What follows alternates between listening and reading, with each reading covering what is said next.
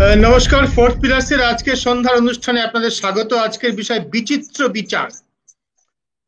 আমরা দেখছি যে খুব চেনা মুখ, পরিচিত মুখে টেলিভিশন অ্যাঙ্কার হলে সুপ্রিম কোর্ট ব্যক্তি স্বাধীনতার ধ্বজা উড়িয়ে 7 দিনের মধ্যে তাকে জামিনের দেওয়ার ব্যবস্থা করে দেয়। আবার দেখছি যে 80 বছর বয়স হয়ে গেছে, 80 না হলে কারো ক্ষেত্রে 70-75 তো হয়েছে, প্রবীণ অধ্যাপক, সমাজকর্মী, সন্ন্যাসী, পাদ্রী, অধ্যাপক, সমাজকর্মী, মহিলা, হুইল চেয়ার বাউন্ড প্রফেসর, অধ্যাপক, তাদের ক্ষেত্রে আমরা দেখছি বছরের পর বছর লেগে যাচ্ছে, জামিন তারা পাচ্ছেন না। ইউএপিএ নামক আইনে তারা অভিযুক্ত। আমরা আরেকটা জিনিস কি দেখছি, একটা জিনিস দেখছি, তারা যখন জেলে আছেন, বিচারাধীন বন্দী হিসেবে জেলে আছেন, তখন তাদের চিকিৎসার সুযোগ পর্যন্ত দেওয়া হচ্ছে না। একজন স্ট্যান্ড স্বামী, 83 বছর বয়স, তার জল খাওয়ার জন্য স্ট্র লাগে। আদালত বলেছে এই বিষয়ে 1 মাস পরে বিবেচনা করা হবে, তাকে স্ট্র দেওয়া হবে কিনা। ভারভারা রাও, 3 মাস ক্যাথেটার বদলানো হয়নি, সবসময় তাকে ডায়াপার পরে থাকতে হয়, তার এমন কিডনির অবস্থা। তার ক্ষেত্রে কি বলা হয়েছে? তার ক্ষেত্রে বলা হয়েছে যে অবশেষে বহু টালবাহানার পর গতকাল তিনি অনুমতি পেয়েছেন 15 দিন হাসপাতালে থেকে চিকিৎসা করার। এই কি বিচিত্র বিচার, এই নিয়ে আমরা আলোচনা করবো। আমাদের সঙ্গে রয়েছেন আইনজীবী অরুণাভ ঘোষ, আমাদের সঙ্গে ইতিমধ্যেই রয়েছেন সাংবাদিক রজত রায়, আমাদের সঙ্গে যোগ দিচ্ছেন কবি, সাংবাদিক, কবি প্রাবন্ধিক সব্যসাচী দেব। সব্যসাচী বাবু অ্যাডজাস্ট করছেন তার এটা। আমরা আলোচনা আসবো। অরুণাভ, আপনাকে দিয়ে শুরু করি। জামিন পাওয়াটা তো বিচার ব্যবস্থায় নিয়ম নাকি ব্যতিক্রম? না, এটা নিয়ম। জেনারেলি বলছে যে মানে it is rule and jail, মানে রুল ইজ জামিন আর jail is the exception.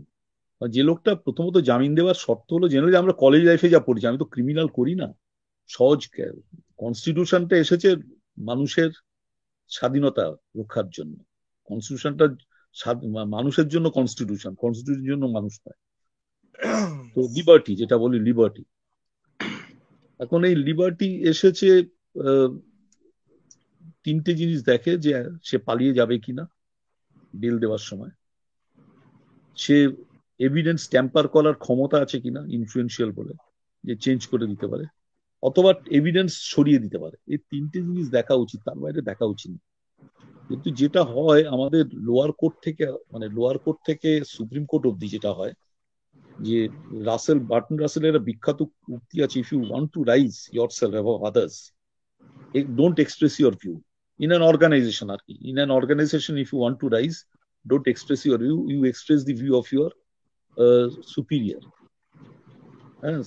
But the tragedy is that when you reach the top, you have no opinion of your own, because you have never expressed any opinion. তা আমাদের যেটা হয়েছে, district কোর্টের Jazeera তারা লক্ষ্য রাখে হাইকোর্ট কি করবে, নইলে কাল বদলি করে দেবো তো, রোজ যদি বেল দিয়ে দেয়। পিপির কথা শুনতে হবে, কারণ পিপি গাড়িটা, ওই পিপির গভর্নমেন্ট গাড়িটা প্রোভাইড করে ডিস্ট্রিক্ট জাজের। হ্যাঁ, তো যখন তারা এই করতে করতে তখন আর থাকে না, এই যে জিজ্ঞাসা, নিজেকে জিজ্ঞাসা করা। আমি আগে বলি, এটা একটা বিখ্যাত আছে, যখন 1947-এ হয় কি বলে, ওই সংবিধান তৈরি হচ্ছে, তখন আমাদের তখন সেই সময় মহাবীর ত্যাগী ইয়েকে বলেছিল, আমাদের সংবিধান দিয়ে, মানে চেয়ারম্যান আম্বেদকারকে, যখন এই ট্রায়াল, মানে বিনা জামিনে আটকে রেখে ট্রায়াল করার একটা প্রশ্নে, যে বিনা এতে কদিন, একটা লিমিটেড পিরিয়ড, তখন বলেছিল, শোনো, তুমি তো কোনোদিন জেল খাটোনি। মহাবীর ত্যাগী বলছে, আমি জেলের মধ্যে শেকল পড়া ছিলাম, তো আমি চাই তোমারও জেল হোক, অন্তত ফিল করো what is jail without trial.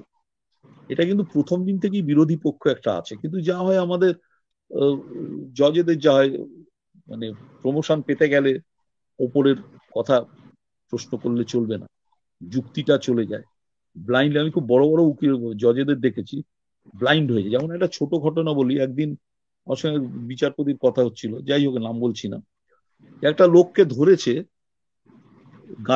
গাঁজা কেস দিয়েছে। গাঁজা কেস দিলে তো বেল পাবে না, 22 কেজি গাঁজা ধরিয়ে দিয়েছে, 20 কেজি লিমিট, ধরতে পারেনি, এই ধরেছে, তার বাহাতটা কাটা, সেটা কি সাইকেলে 24 না 22 কেজি গাঁজা নিয়ে যাচ্ছিল। তো বিচারপতি জিজ্ঞেস করলো, তো লোয়ার করে জামিন পাইনি, বিচারপতি জিজ্ঞেস করলো, ভাই সাইকেলে তুললো কি করে, বাঁ হাতের এইখানে একটা হাত কাটা, সে ওখানে তুললো কি করে? পুলিশ যাওয়ার মতো লিখে দিয়েছে, হয়ে গেল। এই যে চিদম্বরম, সে কি পালাতো, 2.5 মাস জেল করে দিল, ওই আনন্দ আমাদেরও, বাটা জেল খেটেছে, প্রমাণ হোক। এই বিনয় সেন, যেখানে অরূপ ভূঁইয়া বলে একটা বিখ্যাত মামলা ছিল সুপ্রিম কোর্টে, সেখানে বলেছে দেখো, মেয়ারলি কেউ নিষিদ্ধ অর্গানাইজেশনের মেম্বার অথবা তার এটা বিশ্বাস করে বলে তাকে কিন্তু উগ্রবাদী বলা যায় না, আনলেস হি টেক্স পার্ট। তো সেটাকে কাটাবার জন্য এই গভর্নমেন্ট এলো, এই গভর্নমেন্ট এসে ওই পার্টটা তুলে দিল ওই এতে কি বলে, আনলফুল অ্যাক্টিভিটিস অ্যাক্টে। Even single man without doing anything বিশ্বাস করলেও তাকে উগ্রবাদী বলা হতে পারে। এখন যা চলছে কি বলবো আর। না অর্ণবদা, আপনি যে বলছেন যে এই যে জজেরা মানে প্রথম দিক থেকেই যখন লোয়ার কোর্টে থাকেন তখন থেকেই তাদের কোনো মতামত ওপিনিয়ন ডেভেলপ করে না, তারা উপরের দিকে তাকিয়ে থাকেন উপরের স্তরের বিচারপতিরা কি বলছে। এটা হতে হতে তারা উপর দিকে একদম সর্বোচ্চ স্তরে যখন পৌঁছচ্ছেন তখনও পর্যন্ত তাদের কোনো মতামত ডেভেলপ করেনি, নিজস্ব চিন্তা ডেভেলপ করেনি, ফলে তারা ঠিক বিচার করছেন না। আপনার যেটা কথা বলছেন, আপনার কথা থেকে বেরিয়ে আসছে, এটা হচ্ছে একটা সিস্টেমের, আমি বলবো, অপদার্থতা। আপনি কি মনে করেন যে এই যে বিশিষ্ট লোকেরা, সুধা ভরদ্বাজ, স্ট্যান স্বামী, ভারভারা রাও, এরা যে বেল পাচ্ছেন না এবং অর্ণব গোস্বামীর মতো লোকেরা বেল পাচ্ছেন, এটা কি শুধুই সিস্টেমের অপদার্থতা, না এর মধ্যে কোনো মানে দুষ্ট বুদ্ধিও আছে? ইউপিএ অ্যাক্টে প্রথমে বলেছিল সেখানে একটা এক মিনিট, আমি সব্যসাচী বাবু, আপনি একটু আপনার ক্যামেরাটাকে অ্যাডজাস্ট করেন, আপনার পিছনে বড্ড বেশি আলো রয়েছে, সামনের থেকে দেখা যাচ্ছে না। সামনের মুখেও বেশি আলো, বুঝতে পারছি না, দেখছি, আমি চেষ্টা করছি। হ্যাঁ, এটা দেখেন রজতদা, তুমি একটু এটা অ্যাডজাস্ট করে নাও যে তোমার মানে খুব ফ্রেমে যাতে পুরোটা ভরে থাকে আর কি, যেরকম ভাবে অর্ণবদা বা আমি রয়েছেন। হ্যাঁ বলুন অর্ণবদা। দুটো জিনিস আছে, একটা হলো ইউএপিএ অ্যাক্টে বললো যে যতক্ষণ আমার এখন কি হতো, ভাই তোমার কি এভিডেন্স আছে দেখাও তো এভিডেন্স। প্রথমে এমনি পাপি মামলা জিজ্ঞেস করে, তোমায় প্রমাণ করতে হবে। সেইটা ইউএপিএ অ্যাক্টে কি করলো, যে যতদিন মামলা, যে যদিন থেকে শুরু হবে তখনই এভিডেন্স দেখে তুমি বেল দেবে কি দেবে না, এবং যদি অথরিটি বলে হ্যাঁ সেরকম কিছু অসুবিধা নেই তাহলে দেবে। এখন ইউএপিএ অ্যাক্টে ঢোকানোর মানে হলো 6 বছর বাদে আমি বিচার স্টার্ট করবো, 6 বছর তুমি জেলে থাকো। এইটা করলো। এখন জজের, সুপ্রিম কোর্ট সেটা রেকগনাইজ করে দিল। এখন জজেদের যদি বুকের পাটা থাকতো বা সেরকম চিন্তার শক্তি থাকতো, তাহলে স্ট্রেট বলতো ভাই ওই পার্টটা আনকনস্টিটিউশনাল, তুমি কাউকে 6 বছর 8 বছর আটকে রাখতে পারো না বিনা বিচারে। এটা একটা দিক, তাই না, হাত পা বাধা হয়ে গেছে। এখন খুব কম লোকই আছে। এই যে বলে সেদিন অর্ণবকে যে বিলটা দিয়েছে যে ভদ্রলোক জাজ, একজন ইন্দিরা ব্যানার্জি আমাদের হাইকোর্ট থেকে গেছেন, আরেকজন হলো কি নাম বলো না, ডিওয়াই চন্দ্রচূড়। হ্যাঁ, ডিওয়াই চন্দ্রচূড় কিন্তু 5খানা কেসে কিন্তু এই ধরনের রায় দিয়ে দিয়েছে। হয়তো মাইনরিটি ছিল বলে আমাদের চোখে পড়েনি, কিন্তু ও কিন্তু একদম স্ট্রেট ওয়ে এই ধরনের ব্যাপার। এবার আসি অর্ণব কি করলো, প্রথমে একখানা 306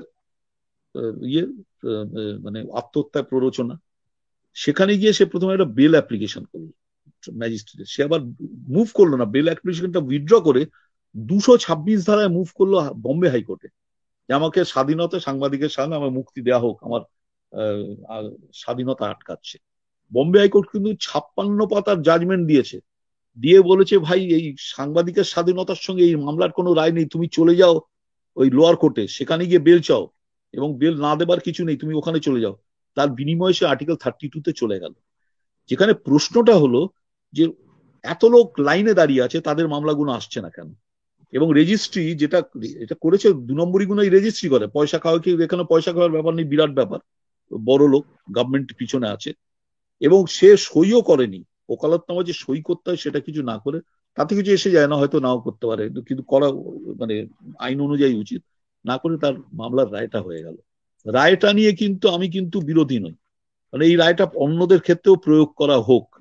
হ্যাঁ, এখন কি করা যাবে? সুপ্রিম কোর্ট কেউ সাহস নেই, বলছে ভাই ওই ইউএপিএ, এই যে যাদের ধরেছে তুমি বারবার আরো এদের, ইউএপিএ একটা অ্যারেস্ট করেছে, অথবা 124A ওই দেশদ্রোহিতার চার্জে ইন্ডিয়ান পেনাল কোডে দেশদ্রোহিতার কাজে কানাইয়াও আছে। কারণ কানাইয়ার বক্তৃতা যদি ভারত ভেঙে যায় তাহলে ভেঙে যাক ভাই, সেরকম জোড়া মানে ওর মানে মজবুত যদি না হয়। হ্যাঁ, এই যে মুসলিম ছেলেটা কি নাম, ওই জেএনইউ কি নাম, যাকে যাকে ধরলো, উমর খালিদ। ওমর খালিদ। ওমর খালিদ। ওমর খালিদ, সে নিজে গিয়ে আরে বলছে, এবং সে মজা করে বলছে কিছু বই পাঠিয়ে দেবেন, বইটা পড়ে কমপ্লিট করে দিল, অনেকদিন জেলে থাকবো জানি আমি। এই যে রিডিকিউল করার, এটা কিন্তু বিশাল ব্যাপার দাঁড়াচ্ছে।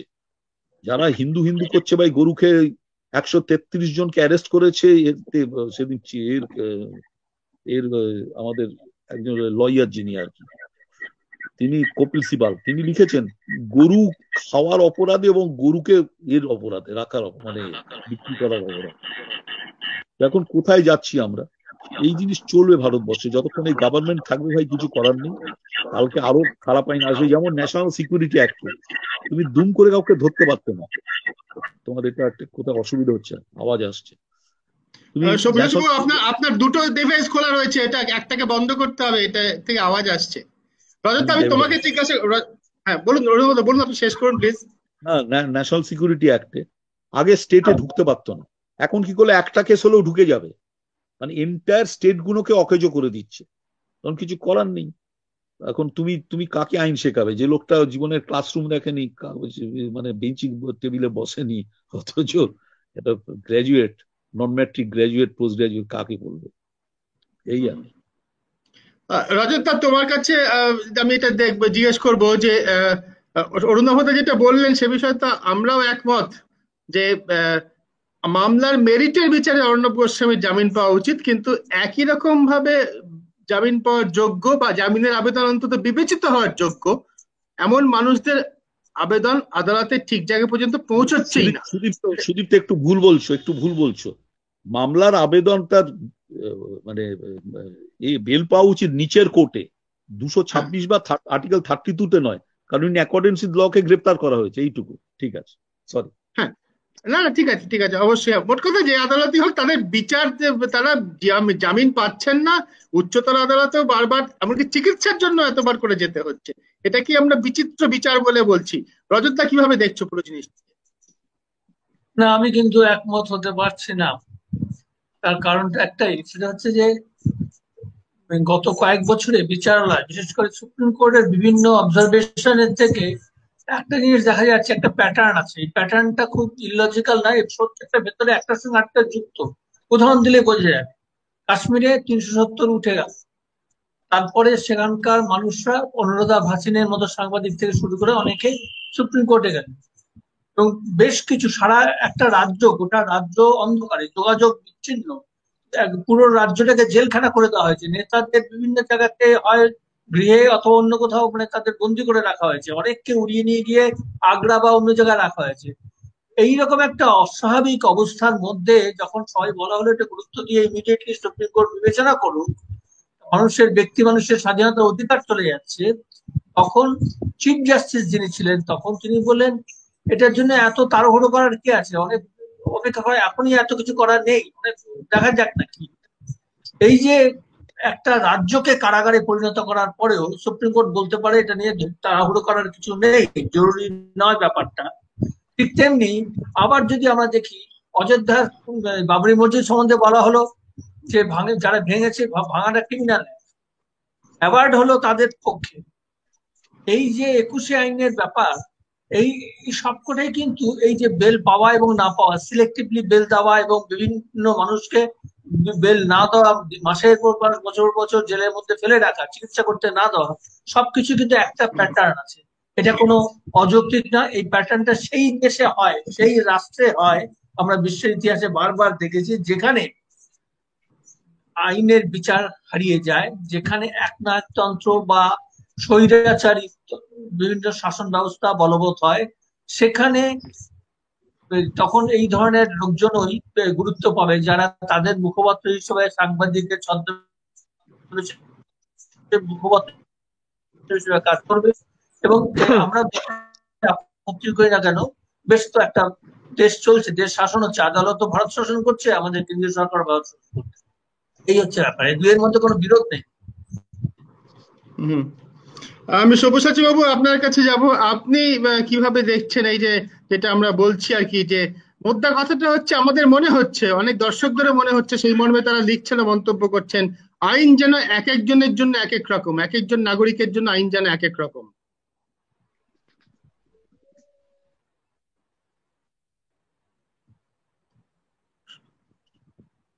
সব্যসাচী বাবু, আপনার হ্যাঁ বলুন বলুন, সব্যসাচী বাবু বলুন। শোনা যাচ্ছে আমার কথা? হ্যাঁ শোনা যাচ্ছে, বলুন। হ্যাঁ শোনা যাচ্ছে, বলুন। আমি এটা বলছি যে আমি একজন মানবাধিকার আন্দোলনের সঙ্গে যুক্ত কর্মী হিসেবে বলতে পারি যে আইনটা সবার জন্যই ইকো একরকম হচ্ছে, হওয়া দরকার। আপনার ইকো হচ্ছে, একটা কোথাও থেকে ইকো হচ্ছে, আপনি যদি আহ, আপনার ইকো এখানে দেখছি আমি প্রত্যেকের কথাতেই ইকো হচ্ছে, আমি সবার কথাতেই শুনতে পাচ্ছিলাম ইকো হচ্ছিল, এটাই অবাক লাগছে কিছু। আমরা আপনাদের অবশ্য কথাতেই আপনার ইকো হচ্ছিল, তার মানে আমরা আপনার অবশ্য বুঝতে পারছি না কেন। তার মানে আপনার মেশিনটাই গন্ডগোল, আমরা তিনজন কিন্তু ঠিক শুনতে পাচ্ছি। হয়তো ইকো এটাই পাচ্ছে হতে না, পারে আদারওয়াইজ বিষয়টা। আমরা আচ্ছা এবার বলুন দেখি, এবার বলুন বলুন, সব্যসাচী বাবু বলুন। হ্যাঁ, এখন তাই বারবারা রাও, সুধা ভরদ্বাজ বা ইত্যাদিদের ক্ষেত্রে যে ব্যাপারটা ঘটছে, আমার মনে হয় যে এই যে বিনা বিচারে দীর্ঘদিন আটকে রাখার পদ্ধতিটাই একটা খুব প্রবল অগণতান্ত্রিক ব্যাপার। কারুর বিরুদ্ধে সুনির্দিষ্ট অভিযোগ থাকলে সেই অভিযোগের জন্য যথাসম্ভব তাড়াতাড়ি চার্জশিট দিয়ে বিচারটাকে ত্বরান্বিত করাটাই দরকার মানবাধিকার রক্ষার ব্যাপার। কারণ যে আমরা এটুকু তো জানি যে অভিযোগ তুললেই কেউ দোষী হয়ে যান না, সেই অভিযোগ প্রমাণ করার ব্যাপার থাকে।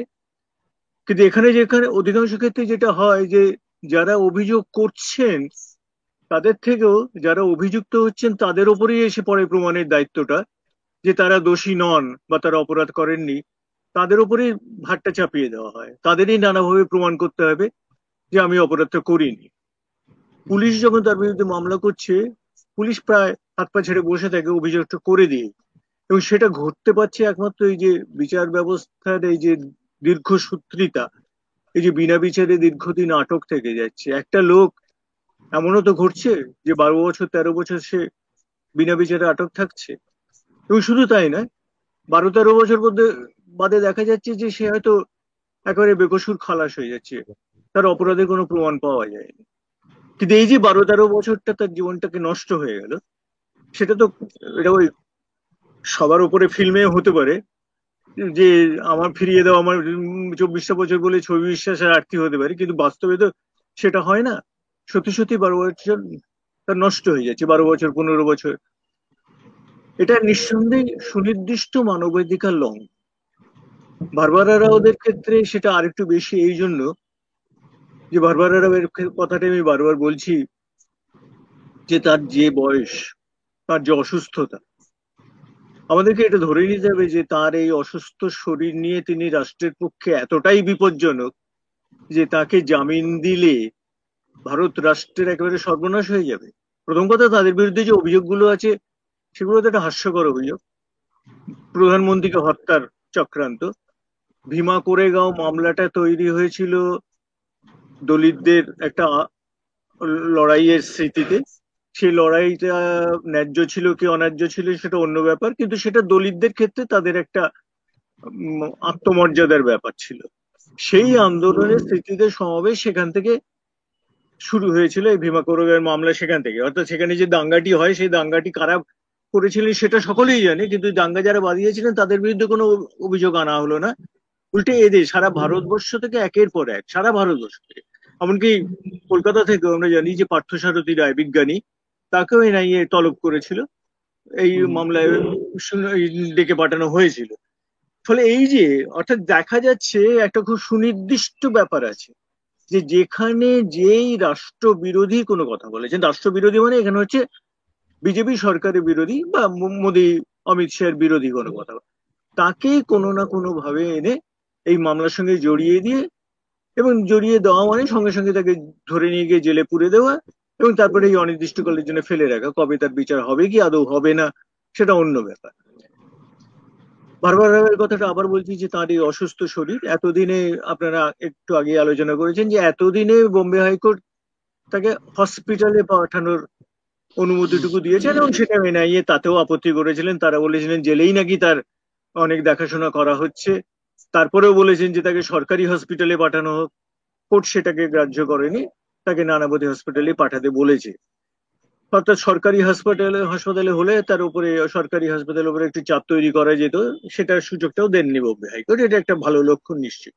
কিন্তু মূল ব্যাপারটা তা না, মূল ব্যাপারটা হচ্ছে যে ভারবারাওদের কেন এইভাবে দিনের পর দিন বিনা বিচারে আটক থাকতে হবে? বিচার হোক, তাদের যদি অপরাধ হয়ে থাকে তাহলে অপরাধ প্রমাণ করা হোক, অপরাধ প্রমাণ করে তাদের শাস্তির ব্যবস্থা করা হোক, তার আগে কিন্তু পর্যন্ত শাস্তিটা পেয়ে যেতে হবে। ভারভারাওয়ের ক্ষেত্রে ভারভারাও তো 1973 সালে মিসাতে প্রথমবার আটক হয়েছিলেন। তারপর হ্যাঁ, গত সারা জীবনই তো 47 জেলেই কাটাতে পারছেন প্রায়, গত সমস্ত জীবনটাই তো 47 জেলেই বছরে কাটছেন। 25 বার তিনি অ্যারেস্ট হয়েছেন, 25 দফায় তাকে জেলে থাকতে হয়েছে। হ্যাঁ, কোনোবারই কিন্তু কনভিক্টেড হননি, কোনোবারই না কিন্তু কোনোবারই সাজাপ্রাপ্ত প্রত্যেকবারই আসামি খালাস নন। হয়ে যাচ্ছে। হ্যাঁ, প্রত্যেকবারই তিনি শেষ পর্যন্ত আদালত থেকে ছাড়া পেয়ে গেছেন। এখন তার 80 বছর বয়স। তিনি স্নায়ুর অসুখে ভুগছেন, মনে রাখতে পারেন না, ডিমেনশিয়াতে ভুগছেন, এবং একই সঙ্গে তার তাকে কিডনি ডায়াপার সিরিয়াস পরিয়ে একটা রাখতে হয়। সমস্যা আছে। এই অবস্থায় তাকে চিকিৎসা করার জন্য, শুধু চিকিৎসা করার জন্য এত কিছু করতে হচ্ছে। এরপরে এরপরে মানুষের মনে যে প্রশ্ন জাগছে যে যে কথাটা দর্শকরা বলছে যে গণতন্ত্র সংখ্যাগরিষ্ঠতার মাধ্যমে রাজতন্ত্রে পরিণত হয়েছে, ন্যায় বিচার রাজা, বুঝতেই পারছি রাজা তো নন, মন্ত্রী, মানে প্রধানতম মন্ত্রী আর কি, তার দ্বারা প্রভাবিত। এই দর্শকদের মধ্যে এসব প্রশ্ন আসবে। অরুণাভ, আপনার কাছে মানুষ জানতে চাইছেন যে সুপ্রিম কোর্টের নিরপেক্ষতা নিয়ে আপনি কি বলেন, এটা প্রশ্ন আসছে মানুষের। না, বললাম তো সুপ্রিম কোর্ট দেখিয়ে দিয়েছে। সন্দীপ বাবু যেটা বললেন যে বাবরি মসজিদ, সব্যসাচী বাবু। হ্যাঁ সব্যসাচী বাবু, কিন্তু সন্দীপ, আচ্ছা আচ্ছা আচ্ছা, হ্যাঁ হ্যাঁ, মানে দর্শক বলছে সন্দীপ বিশ্বাস। এখন যেখানে মানে কনস্ট্যান্ট ব্যাপারটা দাঁড়াচ্ছে যে সুপ্রিম কোর্টের বিচারপতিরা, যেটা আমি বারে বারে বলছি, একটা ফিক্সড নর্মে, কিছু কিছু লোক কিন্তু আছে 5-6 জন নরিম্যান ফরিম্যান আছে, এরা সুযোগ পেলে উল্টো কথা বলে দিচ্ছে। হ্যাঁ, কিন্তু আমাদের বিচার ব্যবস্থা হয়েছে যে মুহূর্তে বিচার মানে এ করবে, মানে রিটায়ার করবে, তখন তারপরে ভিক্ষা বাটি নিয়ে বেরিয়ে পড়ে, একটা এ দাও, আরবিট্রেশন দাও, একটা এ দাও, এই যে গভর্নমেন্টের পোস্ট পাওয়ার যে লোকটা, এটা একটা থেকে যায়। ইন্টারন্যাশনালতে বললাম, এই জায়গাটা কি বলবে। আর দেখো আজকে তোমরা এত, আমরা তো বলছি আচ্ছা অফজল গুরু যে মারা গেল, আমি তো জাজমেন্টটা পড়েছি, ও তো খুন করা হয়েছে বিচার ব্যবস্থায়, কেউ ভয়ে বলে না। হ্যাঁ, পোটা আইনে বললো, পোটা আইনে তাকে বললো সে কনফেস করেছে, পরে দেখা গেল যে তার কনফেশন তার আগেই টেলিভিশনে দেখানো হচ্ছে। আলটিমেটলি দেখা গেল তাকে উকিল দেওয়া হলো একটা বাচ্চা মেয়েকে, সে কিচ্ছু জানে না ক্রিমিনাল লয়ে, সে তার যে কনফেশন বার করেছে তার উপর কোনো প্রশ্ন নেই। আলটিমেটলি তাকে যাবজ্জীবন কারাদণ্ড দিল, ফাঁসির দিল্লি মানে হাইকোর্ট, সেটা সুপ্রিম কোর্টে গেল। সুপ্রিম কোর্ট বলল পোটা ফলোই করা হয়নি, পোটা নির্ভর হচ্ছে কারোর উপর। পোটা জারি করলে সেটা সেন্ট্রাল গভর্নমেন্টের সেক্রেটারি জারি করবে, এটা সেই স্টেট গভর্নমেন্টের সেক্রেটারি জারি করেছিল, হয়নি। কিন্তু ফাঁসি হলো কিসে? ফাঁসি হলো কি বলে সরকারের বিরুদ্ধে যুদ্ধ ঘোষণা করা, হয়ে গেল। এবং বুঝলো গভর্নমেন্ট, বুঝলো কংগ্রেস গভর্নমেন্ট বুঝলো যেটা অন্যায় করা হয়েছে তার প্রতি, কিন্তু 11 না 10 বছর তার ফাঁসি হলো না। সেই লোকটাকে ঝুলিয়ে আলটিমেটলি ফাঁসি হলো। আচ্ছা ফাঁসি হলে তার ডেড বডি কেন এতে পাবে না তার পরিবার? এটা তো আমরা জুডিশিয়ারিদের দেখছি। এটা যখনই আমি অনেককে জিজ্ঞেস করেছি, অফজল গুরু খুব বড় বড় কথা বলছে, আমি সঙ্গে সঙ্গে বলি জাজমেন্টটা পড়েছেন পুরো? উকিলদের বলছি, বলে না। না পড়ে বলে দিচ্ছিস, না পড়ে বলে দিচ্ছিস? Waging war against the state হয়ে গেল, একটা লোক waging war against the state, আর তার কোনো ফটো নেই, তার কোনো কিচ্ছু নেই। কি তার অভিযোগটা কি? সে প্রথমে কাশ্মীরের উল্টো দিকে চলে গেছিল, মানে আজাদ কাশ্মীর, তারপর সে ইয়ে করে, সারেন্ডার করে কাশ্মীর লোকাল পুলিশের কাছে। 3 বছর তাকে রাখা হয়, অত্যাচার করে, যাই মেরেছে সেটা পরের কথা, সেটা কোনো ব্যাপার না। তাকে যেটা আমরা যে খোচর বলি, মানে ইনফর্মার হিসেবে তাকে নিয়োগ করা হয়। যে এই যে লোকটি মাঝে অ্যারেস্ট হলো, মনে পড়ছে, এই যে ডিজি, এই ডিআইজি নাকি এই ডিজি, মানে এসপি নাকি অ্যারেস্ট হলো মাঝে, সাংবাদিক উগ্রপন্থীদের সঙ্গে সম্পর্ক রাখার জন্য কদিন আগে, সেই লোকটি ওকে ফোন গাড়িতে করে আসছিল তখন। সেই লোকটি তখন টপ, সে বললো যে একটা লোককে গাড়ি কিনে দিতে হবে, সেকেন্ড হ্যান্ড গাড়ি। এ তো ইনফর্মার, এই লোকটা আফজল গুরু ইনফর্মার, সে গাড়ি একটা কিনে দিল, সেকেন্ড হ্যান্ড গাড়ি। That was the only proof against him, এবং তার ভিত্তিতে তার ফাঁসি হয়ে গেল। প্রথমত কোনো কিছু প্রমাণ হলো না, পোটা করেনি, পোটায় তুমি শুরু করলে, আর waging war against the state বলে ঝুলিয়ে দিলে একটা লোককে, চারটিখানি কথা, আর তারপর অতদিন তুমি রেখে দিলে তাকে। তো এই জিনিস আমরা মেনে নিয়েছি ভাই, মেনে নিয়েছি, ভদ্র ঘরের লোক আমরা সব বলি, ও তো হবেই। কাশ্মীরে 370, ঠিক আছে, ঠিকই আছে, মারছে, ঠিক আছে, চোখে অন্ধ হয়ে গেছে, ঠিক আছে, ব্যাটারা খুব খারাপ। কিন্তু কমন জিনিস আমরা ভদ্রলোকের, যারা সোকল ভদ্রলোক, আমরা তো বলছি রেগুলার চেম্বার ইয়েতে শুনছি, মুসলমানদের জন্য আমাদের ছেলে মেয়েদের ভবিষ্যৎ, আগামী প্রজন্ম না হলে ভাই, আগামী প্রজন্মের ছেলেকে বলি, ভাই তুই বেটা ইংল্যান্ডে গিয়ে পড়াশোনা করছিস, তোর ছেলে ইংল্যান্ডে, কোন ছেলে পড়াশোনা আটকেছে মুসলমানদের জন্য? আর less than 2% of the population হলো Muslim in West Bengal cadre. Mamata এত বড় বড় কথা বলেও লেস দেন 2%। তো এগুলো আমরা এগুলো সব ফিল করেছি যে কোনো একদিকে হয়ে গেছি, যার জন্য চোখে পড়ছে না। অর্ণব গোস্বামী, তুমি বলো না, তুমি টেলিভিশনে বসে এখন বসে যে ও যা মানে যে কথাগুলো বলে সেগুলো বলতে পারবে সমাজে? পাড়ার রংবাজের মতো কথা বলছে, পাড়ার আরেক রংবাজকে তো পিটিয়ে দেবে। ওগুলোর সঙ্গে সাংবাদিকতার কোনো সম্পর্ক আছে বলে আমরা মনে করি না, আমরা ওটাকে সাংবাদিকতা বলে মনেই করি না। কিছু লোক তো মনে করে সাংবাদিকতা হয়, টিআরপি কম নয়, টিআরপি কম নয়, তার কিছু লোক তো মনে করে। আর পড়াশোনা ছাড়া, পড়াশোনা যা বলবে পড়াশোনা ছাড়া, পড়াশোনা করলেই তুমি লোক খারাপ, so called intellectual, so called, কথাটা সো কল্ড অ্যাড করে দেয়। পড়াশোনাটাই খারাপ হয়ে গেছে এখন। তো কি করবে তুমি বলো? তুমি পড়াশোনা করে একটা থিওরি দিতে, সেটা তো সন্দেহজনক। হ্যাঁ, সেটা যাই হোক, আমি বলছি কিছু লোক তো দেখছে। আর পড়াশোনা করে তথাকথিত ইন্টেলেকচুয়াল, তথাকথিত। আমি সবাইকে যাকে জিজ্ঞেস করি, আমার বাড়িতে তো লোক আসে, তো একজন মুসলমান ভদ্রলোক এখানে এসেছে, আমি প্রথমেই এগুলো অবজেক্ট করি, মাথায় খুলে আসুন বা এইসব ধর্মীয় ব্যাপার আসবেন, যাই হোক, তা সত্ত্বেও পরে অনেক। একজন খুব নামী নেতা, নাম বলছি না, সে আমার মেয়ের সামনে, বড় মেয়ের সামনে বলছে, এই সব লোক। আমার বড় মেয়ে বলছে, আপনি অত বড় একটা টিপ পড়েছেন কেন? ওটা কিসের? ও তো টুপি। এই যে আমি টিপটা পড়লে ইটস অল রাইট, ও টুপিটা বললে রং, এই আইডিয়াটা কিন্তু এসে গেছে। করবেটা কি তুমি? সকালবেলা এখন ভগবানের, মানে আমি একটা লেখা লিখেছি যে হিন্দু ধর্মে যারা মানে একে বিশ্বাস করেন, যারা মানে ভগবানে বিশ্বাস করেন, নাস্তিক, এটা নিয়ে প্রচুর ক্রিটিসিজম হচ্ছে, কিন্তু কেউ বলছে না ওয়ার দি লজিক ওয়েন্ট রং। হ্যাঁ, সেই গোড়া থেকে আরম্ভ করে। আপনার কাছে সুপ্রিম কোর্ট বিশ্বাসযোগ্যতা হারাচ্ছে, এই কথাটা বারবার হচ্ছে। সুপ্রিম রজতদা, এই যে আরেকজন দর্শক হলে এটা প্রশ্ন ছিল যে এইভাবে যদি বিচার ব্যবস্থার উপর মানুষ আস্থা হারায়, তাহলে তার পরিণতিটা কি শেষ পর্যন্ত? পরিণতি যারা ক্ষমতায় থাকে তাদের পক্ষে খুব ভালো নয়, কারণ তার পরিণতিতে রাষ্ট্র বিপ্লব হয়। এটা সবসময় যে খুব অহিংস ভাবে গান্ধীজির মতো হবে তা তো নয়, অনেক সময় সেটা সহিংস হয় এবং তাতে লোকসান নানার পক্ষেই হবে। মানে সেখানে সবাই মানে আগুনের আঁচ থেকে বেঁচে থাকবে, নির্দিষ্ট করে কয়েকজন বা কিছু লোককে টার্গেট করে তাদের আগুনে পড়তে হবে, বাকিরা আগুন থেকে দূরে থাকবে, এমন নাও হতে পারে। অন্যের ঘরে আগুন যদি নিজের ঘরে তখন আগুন লাগতে পারে। যদি বিচার ব্যবস্থার প্রতি মানুষের আস্থা ছুটে যায়, তখন কিন্তু মানুষ এই রাষ্ট্রতে যারা কর্ণধার তাদের প্রতি আর কোনো সম্মান দেখাবার কথা ভাববে না। যদি মনে হয় যে বর্তমান আইন সাধারণ মানুষের স্বার্থ রক্ষা করতে ব্যর্থ পুরোপুরি, এবং বরং তার বিরুদ্ধে অস্ত্র হিসেবে ব্যবহার করছে মুসলিম মানুষ, এই আইনকে করে বিনা বিচারে বছর বছর জেলে রেখে দিচ্ছে এবং লোককে শাসাচ্ছে যে সামান্য কিছু মতের বিরোধ হলেই জেলে পুরো দেবো করে একটা না একটা এই ধরনের দেশদ্রোহিতার আইন লাগিয়ে দেবো, তখন মানুষ আস্তে আস্তে কিন্তু বিচার ব্যবস্থা থেকে মুখ ঘুরিয়ে নিতে বাধ্য হতে পারে। আমি বলছি এই অবস্থাটা কিন্তু এই না যে এটা বিচার ব্যবস্থাকে অগ্রাহ্য করতে চায়। অবস্থাটা হচ্ছে এই যে বিচার ব্যবস্থা এদের উপেক্ষা করে মুসলিম লোকের স্বার্থটাকে রক্ষা করার চেষ্টা করছে। এই জন্যই আজকে এরকম একটা সংকটজনক অবস্থার দিকে আমরা নিশ্চিত ভাবে ধীরে ধীরে পা ফেলে এগোচ্ছি। একটা জিনিস নানা জায়গায় আজকাল পড়ছি, রজতদা, অর্ণবদা এবং সব্যসাচী বাবু, আপনাদের তিনজনকে আমি বলছি যে আজকাল আর যখন একটা গণতন্ত্রকে যখন হত্যা করা হয় বা একটা গণতান্ত্রিক ব্যবস্থার যখন মৃত্যু হয়, তখন আজকাল আর অতীতের মতো সামরিক অভ্যুত্থানের দরকার হয় না। রাস্তায় ট্যাঙ্ক নামিয়ে পার্লামেন্টকে গুড়িয়ে দিয়ে আগুন জ্বালিয়ে সেটা করার দরকার হয় না।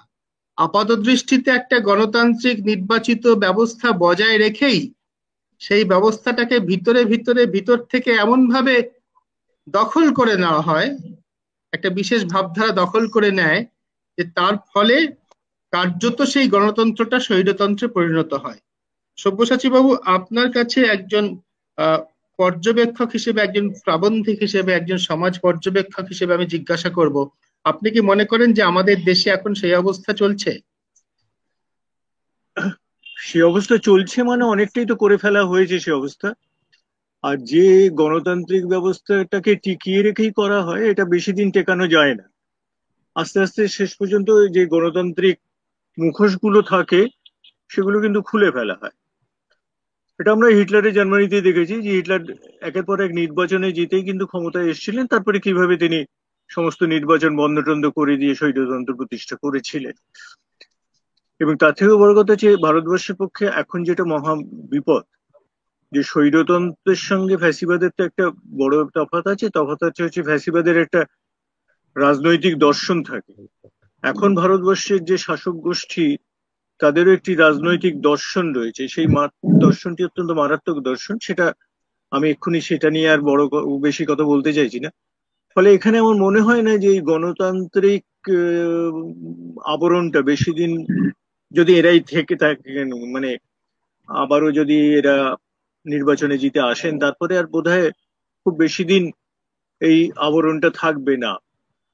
আপনাদের মনে থাকতে পারে যে কিছুকাল আগেই বিজেপির একজন, যদিও তিনি খুব উঁচু দরের নেতা নন, কিন্তু একজন নেতা বলেই দিয়েছিলেন যে এখন নির্বাচনের আর দরকার নেই, নির্বাচন বন্ধ রেখে বিজেপিকেই ক্ষমতায় থাকতে হবে।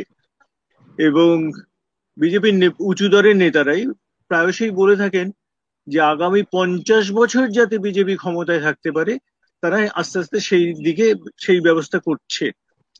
এগুলো হয়তো তাদের এমনি মনে হতে পারে মুখের কথা, কিন্তু ব্যাপারটা যে সত্যি মুখের কথা না, তার অনেক রকম উদাহরণই আমরা চারদিক থেকে দেখতে পাচ্ছি যে কিভাবে তারা যে কোনো ভাবেই মত প্রকাশের যে সমস্ত মাধ্যমগুলি রয়েছে সেগুলোকে নিয়ন্ত্রণ করতে চাইছেন। এর আগে আমরা দেখেছি যে তারা এই সোশ্যাল মিডিয়াকে নিয়ন্ত্রণ করবার জন্য বিলটি আনতে চাইছিলেন। এখনো আবার তারা বলেছেন যে হোয়াটসঅ্যাপ, ফেসবুক ইত্যাদিকে নানান রকম এর মধ্যে দিয়ে অপপ্রচার হয়, সুতরাং তার উপরে নজরদারি রাখবেন। কাজে এক্ষেত্রে এই বললাম তো, এই যে গণতন্ত্রের চেহারাটার কথা বলছি, সেই চেহারাটা বেশি দিন থাকবে বলে মনে হয় না। সেই দিকে তারা যদি এরা টিকে থাকতে পারেন, আর কোনোভাবে যদি মানুষ তাদের সরিয়ে দেয়, তাহলে তো অন্য ব্যাপার নিশ্চয়।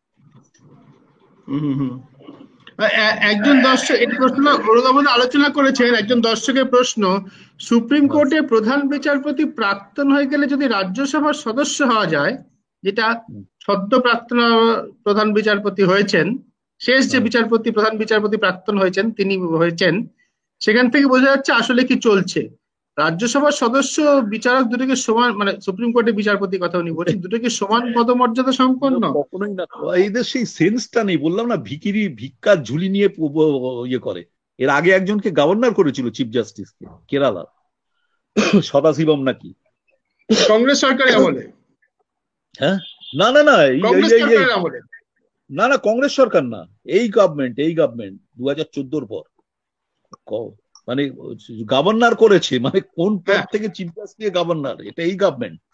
এখন তোমায় আমি বলি, কুনাল কামরার কেসটা কিন্তু হাইকোর্টকে, এই সুপ্রিম কোর্ট কারোর মানে নাঙ্গা করে দেবে। কারণ প্রথমত অরুণ মিশ্র এরকম অজানা, মানে আইন অজানা লোক, আইনের অক্ষর যেন আমি সামনে থেকে দেখেছি তো, হ্যাঁ, সেই লোকটা রায় দিল কি, ধরুন কন্টেম্পট অফ কোর্টস অ্যাক্টে একটু বলে নি, জাস্ট 2 মিনিট সময় দাও আমার।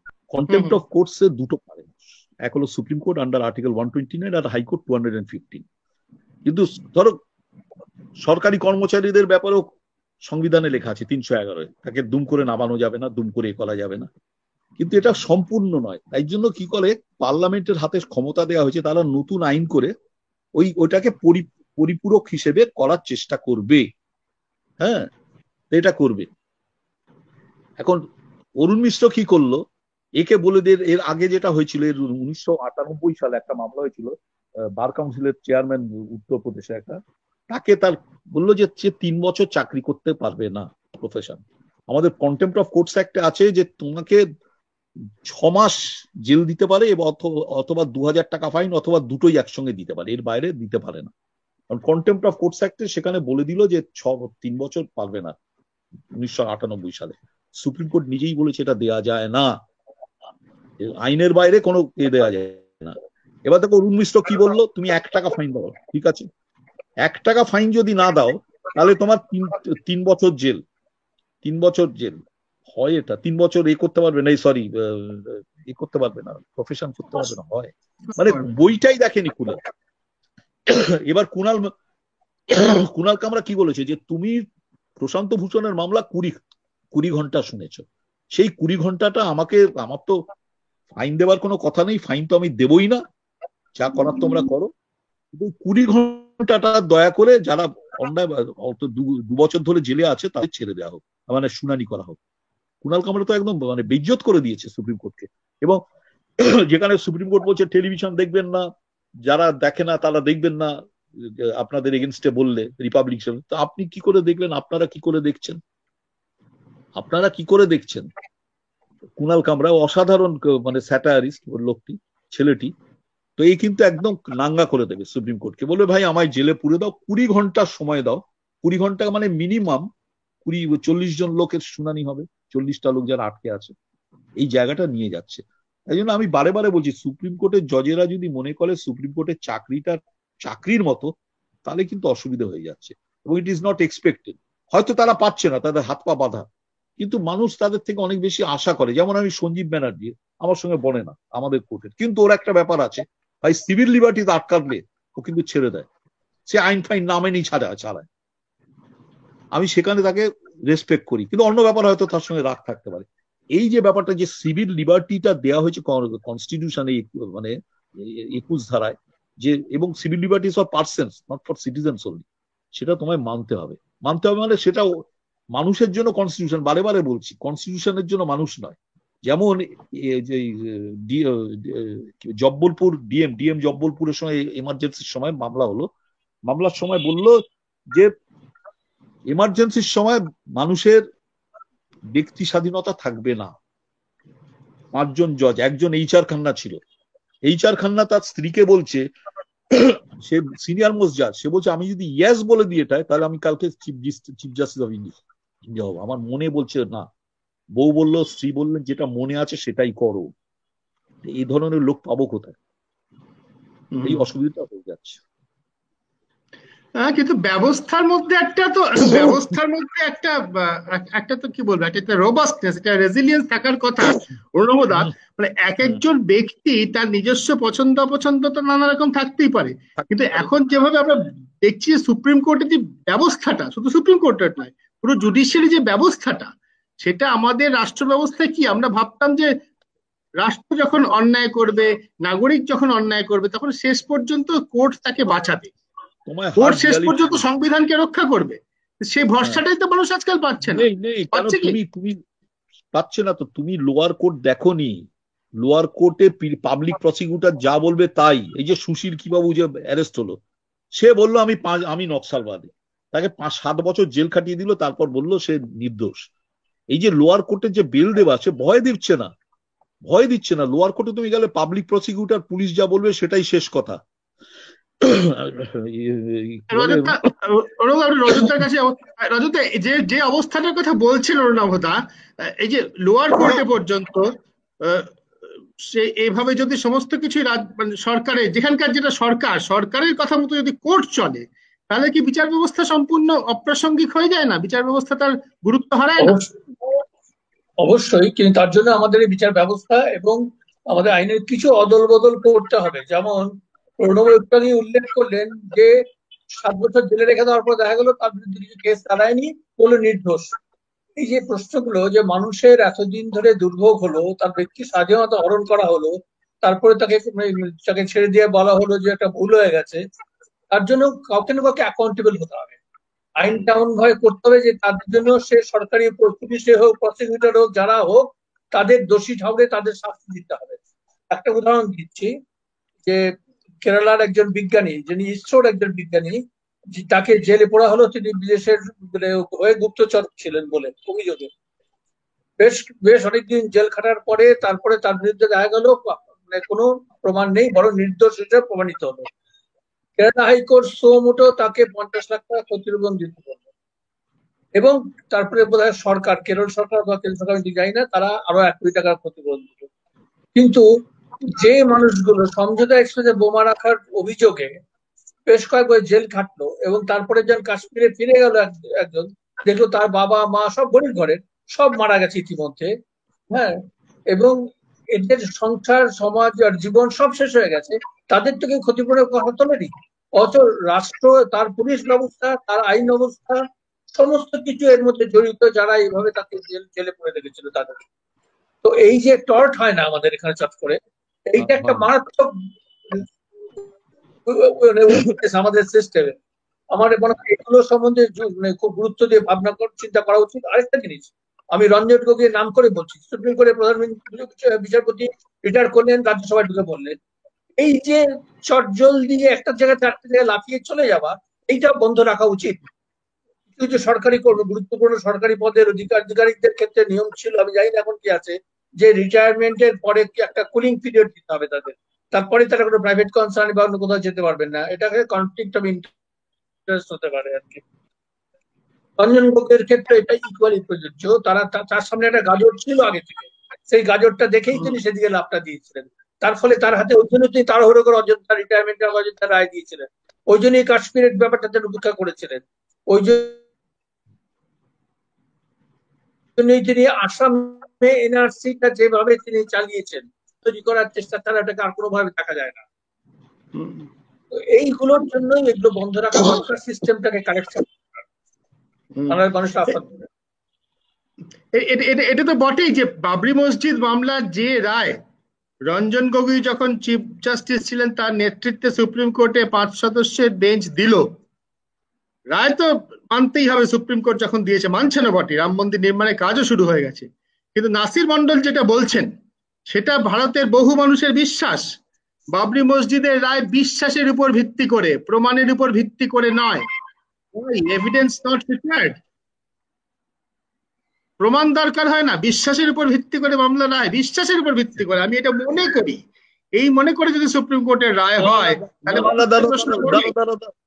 আমি যদি বলি, কোর্ট যদি বলে আমি মনে করি, তাহলে নিশ্চয়ই তাও একটা অজুহাত আছে। বলে আমরা মনে করি না, হিন্দুরা মনে করে।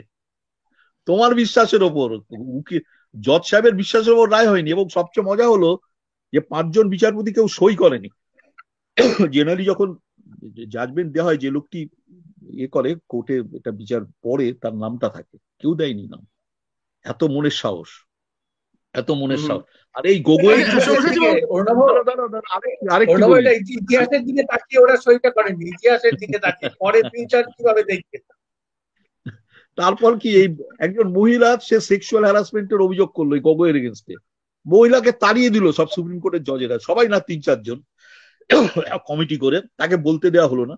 এবার যে গগৈ রিটায়ার করে গেল, তারপর তাকে ফেরত আনা হয়েছে, এবং তার জন্য তার আগে তার স্বামীর পুলিশের চাকরিটাও কেড়ে নেওয়া হয়েছিল। তো কার কাছে বিচারে যাবে বলুন? আমরা হাসছি,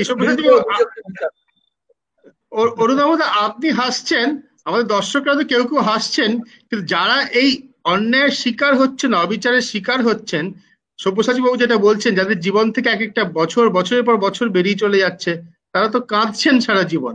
তাহলে প্রতিকারটা কোথায় সব্যসাচী বাবু? প্রতিকারটা কোথায়? অযোধ্যা টর্চের কথা বলছেন, অন্যায়ভাবে যারা ভুগলেন, তার জন্য যারা দায়ী, তাদের শাস্তির কথা বলছেন। আমাদের দেশে সে আইন এখনো নেই, সে ব্যবস্থা এখনো নেই। প্রতিকারটা তাহলে কোথায় সব্যসাচী বাবু? প্রতিকারটা খুবই কঠিন।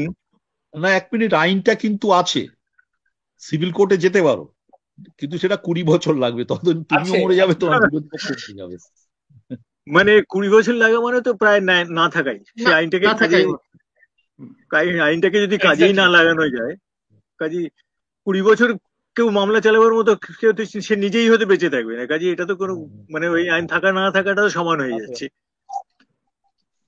প্রতিকার ব্যাপারটা, মানে আমি যে ভাবনায় কথা বলি সেটা বলে তো লাভ নেই।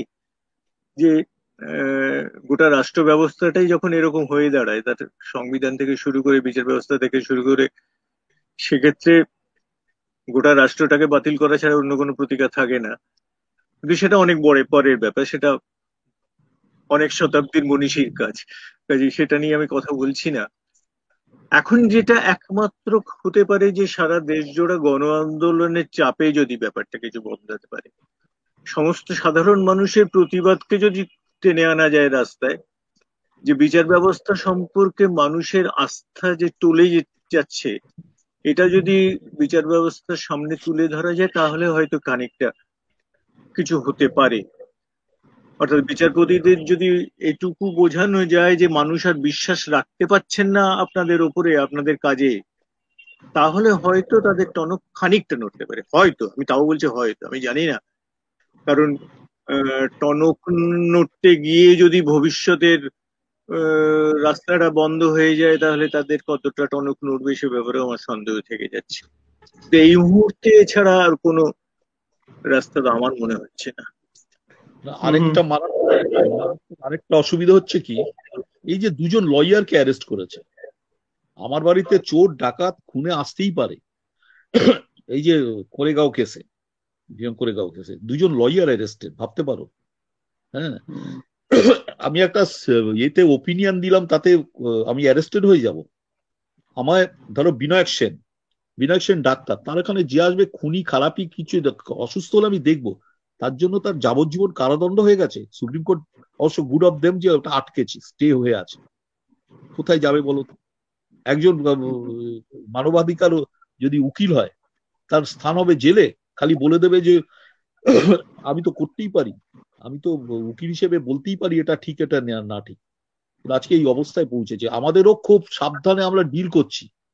এই যে 9 জনকে ধরলো, কি বলে মুসলিম ভদ্র কি বলে মুর্শিদাবাদ থেকে, আচ্ছা বলো তো, বলে আপনি মশাই অনেক টাকা নিয়েছেন, ওই আপনি ওখানে চাকরি করে কি করেছেন, বাড়ি করেছেন, বাড়িটা দেখা গেল জ্যাঠার বাড়ি, এই জ্যাঠু না দূর সম্পর্কে, সাত সঙ্গে কোনো সম্পর্ক নেই।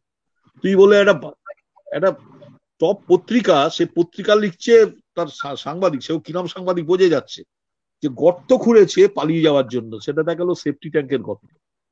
হ্যাঁ, ছোট বাড়ির তলায় সেফটি ট্যাঙ্ক করে, বাড়ির মধ্যেই গর্ত করে, তুমি কাকে বলবে বলো? এবং এরা সব 6 বছর 8 বছর বিচার পাবে না, 8 বছর বাদে ফ্রি হবে। এটা তো অনেকগুলো উদাহরণ নিয়ে আমরা আলোচনা করছি। আমরা একটু আমি আলোচনাটাকে একটু পরবর্তী ধাপে নিয়ে যেতে চাইছি। যদি বিচার ব্যবস্থার উপর ভরসা না থাকে, রজতদা, সব্যসাচী বাবু বললেন যে রাজনৈতিক আন্দোলন একটা রাজনীতি চাপ তৈরি করতে পারে, মানুষের আন্দোলন চাপ তৈরি করতে পারে ব্যবস্থাকে শোধরানোর জন্য। আমূল পরিবর্তনের কথা বলছি না, সে কথা থাক, ব্যবস্থাকে শোধরানোর জন্য। সংবিধান অনুযায়ী যে ব্যবস্থা আমাদের আছে, সেটা কাগজে কলমে যথেষ্ট ভালো ব্যবস্থা বলে আমি মনে করি, ফোর্থ পিলার্স মনে করে। সেই ব্যবস্থাকে শোধরানোর জন্য, তাকে ঠিক পথে ফিরিয়ে আনার জন্য পদ্ধতিটা কি হতে পারে, রজতদা? এটা তো মানে যেটা সব্যসাচী একটা ইঙ্গিত দিয়েছেন, হচ্ছে দেশব্যাপী গণ আন্দোলন, অর্থাৎ সাধারণ মানুষের চেতনা বৃদ্ধি করা। আর আমি প্রথমেই একটা বলে রেখি, আরেকটা বিকল্প হতে পারে, সাধারণ অনেকে বলবেন যে তাহলে রাষ্ট্র বিপ্লব, অর্থাৎ এই সিস্টেমটাকে ভেঙে দাও, গুড়িয়ে দাও। ৭৭ সালে নির্বাচনের ফল যখন ইন্দিরা গান্ধীর বিরুদ্ধে যায়, তখন কিন্তু ইন্দিরা গান্ধী সেই রায় মেনে নিয়ে ক্ষমতা থেকে সরে এসেছিলেন। তারপরে তাকে অনেক দুর্ভোগ পোহাতে হয়েছিল, শ্রমিক ভয় হলেও কিন্তু হয়েছিল। তা সত্ত্বেও তিনি কিন্তু ক্ষমতা থেকে সরে আসার জন্য ইতস্তত করেননি। তিনি ট্রাম্প এখন যেমন নানান খেলা খেলছে, সেরকম কিছু না করে চুপচাপ ক্ষমতা থেকে সরে এসেছিলেন, যখন তার রায়টাকে মাথায় মেনে নিয়ে, মানে মাথায় রেখে। এই যে সাংবিধানিক যে ব্যবস্থাগুলো, সেগুলোকে অনার না করার কোনো কারণ আমি দেখিনি, যেগুলো রয়েছে অলরেডি। এই জন্যই গণতান্ত্রিক অধিকারগুলোকে যদি আমরা তুলে ধরতে হয়, মানুষকে যদি গণতান্ত্রিক অধিকারের কথা বলতে হয়, এই সংবিধানের আওতার ভেতরেই। তার জন্য বাবাবি হওয়ার কোনো দরকার নেই, তার জন্য মানে ওই রকম কিছু ভাবার দরকার নেই। আমি মনে করি আমাদের বর্তমান সাংবিধানিক ব্যবস্থাতে অনেক ত্রুটি যেমন আছে, অনেক শক্তিও আছে। শক্তিগুলোকে আরো জোর করে আঁকড়ে ধরে সাধারণ দিকে নিয়ে যেতে হবে, ভুল ত্রুটিগুলো, পাক গুলোকে বোঝানোর চেষ্টা করতে হবে। কিন্তু তার জন্য বন্দুক ধরার কোনো কারণ আমি দেখছি না, আইন ভাঙার কোনো কারণ আমি দেখছি না। তাতে করে লাভ হবে বলে ভারতবর্ষে আমি অন্তত মনে করি না। হুম হুম। অরুণাবদা, আপনার মত কি এই বিষয়ে? মানে শোধরানোর উপায়টা কি? গভর্নমেন্ট তো আমাদের ডেমোক্রেটিক স্ট্রাকচার তো আছে, যতক্ষণ আছে গভর্নমেন্ট যদি চেঞ্জ হয়, ফর এক্সাম্পল যারা বিরোধী পক্ষ যদি আসে, তারা প্রথমে ইউএপি এর ওই অ্যাক্টের যে অ্যামেন্ডমেন্ট করেছে গভর্নমেন্ট এসে সেটা কেটে দেবে। তারপর ন্যাশনাল এনআইএ একটা ইনভেস্টিগেশন এজেন্সির অ্যাক্ট, যেই ক্ষমতা যেখানে এখানে যাকে ইচ্ছে ধরতে পারে, এটা কেটে দেবে। কাটলে অনেক কিছু সুরা হয়ে যায়। আসলে আসল অসুবিধা হয়েছে কি, এরা মানে কি বলি, ইগনোরেন্স ইজ স্ট্রেংথ। যত অশিক্ষিত লোক হবে তার শক্তি বেশি। তারা ভাবছে যে এইভাবে ঠিক করো। আমি আজ এক বছর আগে বলেছিলাম, যেদিন 370 বিলোপ হলো, আমি বলেছিলাম কাশ্মীর কিন্তু হাতের বাইরে চলে গেল। হাতে মানে কাশ্মীরের লোক, তুমি কাশ্মীরকে রেখে দিতে পারো, হাতের বাইরে চলে গেল মানে যে তারা মনে করে আমরা ইন্ডিয়ার একটা কলোনি। তখন আমার সব উকিলরা কি চেঁচামেচি, হ্যাঁ তুই সবকিছুতে খারাপ দেখিস। আরে কালকে ব্রিটিশরাও অনেক ভালো কাজ করেছে, কিন্তু আমরা ব্রিটিশদের মেনে নিয়েছি, 200 বছর ছিল। এই ফিলিংটা হয়ে গেছে। এই যে দিল্লিতে একটা ব্লাস্ট হয়েছিল ওই মার্কেটে অনেকদিন আগে, 7-8 বছর 10 বছর আগে, তখন আমি দিল্লিতে বেড়াতে গেছিলাম। সে একটা ছেলেকে ধরলো, সে হলো ইউনিভার্সিটি স্টুডেন্ট, সে দেখা যাচ্ছে ইউনিভার্সিটি প্রেজেন্ট ছেলে, তার এগেইনস্টে মামলা করলো। 7 বছর বাদে সে ছাড়া পেলো, 7 ইয়ার্স। কোথায় যাবে বলো? সেই ছেলেটাকে তুমি ভারতীয় করাতে পারবে? সে তো বলেই দেবে আমার জন্য ভারত নয়। আজকে কিছু হলেই আমি পাকিস্তানের প্রতি কিন্তু কৃতজ্ঞ। এই কারণে, পাকিস্তান না থাকলে কিন্তু আমরা প্রমাণ করতে পারতাম না যে আমরা দেশপ্রেমিক। হ্যাঁ, এই মারো বোমা মারো, হাত মে কি এইসা বোমা হয় বলছে প্রধানমন্ত্রী, বলছে হাত মে রাখা এইসা নেই, মানে মারবে পাড়ার রংবাজ। আচ্ছা, তো ভাই লাইন অফ কন্ট্রোলটা তো পাকিস্তানে যেটা আছে সেটা কেড়ে নাও না। যেটা আজাদ কাশ্মীর, ওটা দখল করে নাও। সবচেয়ে আকসাই চীন কেটে নাও। কিছু বললেই সে বলছে না, কিছু বললেই বলে এই যে আজকে সৈন্যরা সব দেখবেন একটা সৈন্য ড্রেস পরে চলে গেল। আমি পুলিশের ড্রেস পরে মুখ্যমন্ত্রী বেরোতে পারবে? এটা তো বেআইনি হয়ে গেল। ড্রেস পরে বললো এই করেঙ্গা সেই করেঙ্গা, করবেন না? আমরা খেয়ে যাচ্ছি। হ্যাঁ, ইয়েতে পাকিস্তানের দুটো খোলা মাঠে বোম মেরে এলো, বললো দারুণ মেরেছি, জিতে গেল ইলেকশন। আমরা বিচার ব্যবস্থায় ফিরে আসি। দর্শকদের এটা প্রশ্ন, একটা মৌলিক প্রশ্ন বারবারই বিচার ব্যবস্থা নিয়ে আলোচনা ঘুরে ফিরে আসে, যে বিচারপতি নিয়োগের প্রথা, যে কলেজিয়াম সিস্টেম, বিচারপতিরা নিজেরাই নিজেদের নিযুক্ত করেন, এর মধ্যে কি কোনো মানে ভবিষ্যতের কোনো খারাপ সম্ভাবনার, অসাধু সম্ভাবনার বীজ লুকিয়ে থাকে? মানুষ খারাপ হলে হবেই। তুমি আগে যেটা ছিল, এখানে সিপিএম গভর্নমেন্টের দুটো কি একটা, সেন্ট্রাল গভর্নমেন্টের দুটো কি একটা, বিচারপতি দ্বারা যারা ঠিক করবে তাদের কলেজিয়াম একদম ভাগাভাগি ছিল। সেইটা বিচারপতিরা বললো, সুপ্রিম কোর্ট বললো না, এটা টোটালটাই আমাদের হাতে থাকবে। এবার আমাদের হাতে করতে গিয়ে আমার লোক তোমার লোক চলে আসছে। যেটা সবচেয়ে খারাপ ব্যাপার হচ্ছে, আমার কাছে নামও চেয়েছিল, কেন মিথ্যা কথা বলবো, আমি দেখলাম যে কটা ছেলে আমার চোখে পড়েছে তারা সব 38, 39, 40, 41, 42 দুর্ধর্ষ ছেলে, কিন্তু তাদের নাম দেওয়া যাচ্ছে না। এবার যখন তুমি 45-এ বললে, তখন তোমার নামটা দিল, তোমার অ্যাপ্রুভড হবে, অ্যাপ্রুভ হলো বিজেপি গভর্নমেন্ট। মানে গরু না মানলে হবে না, মানে জয় শ্রীরাম না বললে হবে না। 3 বছর 4 বছর 5 বছর আটকে আছে। এখন আমি তৃণমূলের ভয়ানক বিরুদ্ধে, কিন্তু তৃণমূলের যারা লয়ার হয়েছে, যারা পোস্ট হোল্ড করছে, ভালো ছেলে রিয়ালি ভালো ছেলে, নাম 4 বছর আটকে আছে। এই জিনিসটা হবে, কি করা যাবে? এবং বিচারপতিদেরও নিজস্ব ভালো, মানে সুপ্রিম কোর্টে ওইটা আছে যে আমার লোক তোমার লোক আছে, করে কাটাবে। এই ব্যাপারটা আসছে, আমার লোক তোমার লোক আছে, প্লাস গভর্নমেন্ট আটকে দিচ্ছে। আমাদের হাইকোর্টে 71টা সিট আছে, তার মধ্যে এখন 36 জন মাত্র আছে, আরো 4 জন না 5 জনের নাম পাঠিয়েছে। কারণ পাঠাতে পারছে না, কি হবে পাঠিয়ে? 7 বছর 6 বছর বাদে হবে, তখন সে নেবে না। এই জায়গাটা হয়ে গেছে, মানুষ খারাপ হয়ে গেছে, আমরা কিছু করার নেই, মানে টোটালটাই পলিটিক্যাল মাইন্ডেড। এই বিষয়টা সব্যসাচী, আপনার কি মত, যে আমাদের বিচারপতি নিয়োগের যে প্রক্রিয়া, তার মধ্যে মনে হয় যে কোনো খারাপ সম্ভাবনার বীজ লুকিয়ে আছে? হ্যাঁ, এই পদ্ধতিটা তো আমার ঠিক জানা নেই, এটা তো বিচার বিভাগের নিজস্ব পদ্ধতি। অরুণবাবু যে কথাগুলো বললেন সেগুলোকে আমার তো খুব যুক্তিযুক্ত মনে হচ্ছে, যে গোটা ব্যাপারটা যদি আগে যেমন মানে 3টে ভাগ ছিল ওর মতে, যে সেখানে যতটা সুবিধা ছিল, এখানে একটা সুপ্রিম কোর্টের হাতে চলে যাওয়াতে ওই এক ধরনের মানে কি বলবো, নেপোটিজমের ব্যাপারটা এসে যাচ্ছে। প্রথমে ছাঁটাইটা হাইকোর্ট ছাঁটাই হলো, তারপর সুপ্রিম কোর্টের প্যানেল একটা হাইকোর্টে আছে কলেজিয়াম, আছে। সেটা ঠিক করে সুপ্রিম কোর্টে যাবে। এবার সুপ্রিম কোর্ট যে নামটা দেবে সেটা আবার সরকারের পছন্দ হলে তাহলে পাঠাবে, নইলে পাঠাবে না। যাবেন আচ্ছা, কোথায়? হ্যাঁ, এই বিষয় এটা নিয়ে বারবারই আলোচনায় ঘুরে ফিরে আসে যে এটা কি হওয়া উচিত। রজত দা, তোমার মত সংক্ষেপে? না, আমি শুধু এটুকুই দেখি যে বিচার ব্যবস্থা, আমার এখানে একটা একটু সামান্য মতের পার্থক্য আছে। ভালো মানুষ থাকলে সিস্টেম ভালো হবে, খারাপ মানুষ থাকলে গন্ডগোল হবে। এইটার বদলে সিস্টেমটা এমন হওয়া উচিত যেখানে ইরেসপেক্টিভ অফ ভালো আর মন্দ মানুষ, সেখানে ভালো মানে করা ছাড়া উপায় থাকবে না অন্য কিছু। সেখানে সিস্টেমের গন্ডগোল আছে। আমাদের এখানে হুম, সিস্টেমের গন্ডগোল আছে, কোটা পদ্ধতিগুলো তো বটেই, কিন্তু আরো আরো নিশ্চয়ই গন্ডগোল আছে। তা না হলে এরকম ভাবে হয় কেন? আর আমি আগেও বলেছি, এখন আবার বলছি, যদি বিচারকরা জানেন এর পরের ধাপে এইটা করলে গিয়ে ওই একটা গাজর ঝুলছে সেটা পাবেন, সেইগুলো যদি বন্ধ না হয় তাহলে তাদের কাজের মোটিভেশন গুলো অন্যরকম হয়ে যাবে। সেখানেও একটা নজর রাখতে হবে। হুম, হুম। এই যে একজন দর্শক বলছেন সুপ্রিম কোর্ট তার মতে সংবিধান রক্ষা, জনগণের গণতান্ত্রিক অধিকার রক্ষা ও ন্যায় বিচার প্রতিষ্ঠা থেকে নিজেকে সরিয়ে বিজেপির নীতি ও আদর্শ প্রতিষ্ঠার উপর আত্মনিয়োগ করছে, এটা একজন দর্শকের মত। আমরা একটা জিনিসের দিকে দৃষ্টি আকর্ষণ করছি, সেটা হচ্ছে যে আরেকটা খুব বিশাল বড় গণতন্ত্র, লিখিত সংবিধান অনুসারে পৃথিবীর প্রাচীনতম গণতন্ত্র আমেরিকাতে, সেখানকার সঙ্গে আমরা তুলনা করি, আপনাদের তিনজনকেই বলছি এবং আমাদের দর্শকদের একই সঙ্গে, সেখানে কিন্তু প্রবল পরাক্রমশালী প্রেসিডেন্ট ট্রাম্প তিনি বারবার হুমকি দিলেন যে নির্বাচন প্রক্রিয়া অবৈধ, তাতে গন্ডগোল হয়েছে, ইত্যাদি হয়েছে। কোনো আদালতে কোথাও গিয়ে কিন্তু তার পক্ষে কোনো আদালত রায় দিল না। আমেরিকাতে কিন্তু এটা আমরা দেখেছি যে প্রেসিডেন্ট, ভোট গণনা চলছে, প্রেসিডেন্ট তার মাঝখানে, তখনও রেজাল্ট বেরোয়নি, প্রেসিডেন্ট বলছেন আমি জিতে গেছি, তারপর বলছেন আমাকে অন্যায়ভাবে হারানোর চেষ্টা করা হচ্ছে, ভোটে কারচুপি হয়েছে। তিনটে টেলিভিশন চ্যানেল কিন্তু সেই প্রেসিডেন্টের সম্প্রচার লাইভ বন্ধ করে দিয়ে বললো প্রেসিডেন্ট ঠিক বলছেন না, প্রেসিডেন্ট মিথ্যা কথা বলছেন। সেই মেরুদণ্ডের জোর কিন্তু আমরা, আমাদের মিডিয়া, আমাদের জুডিশিয়ারি দেখাতে পারে না, এটা ঘটনা।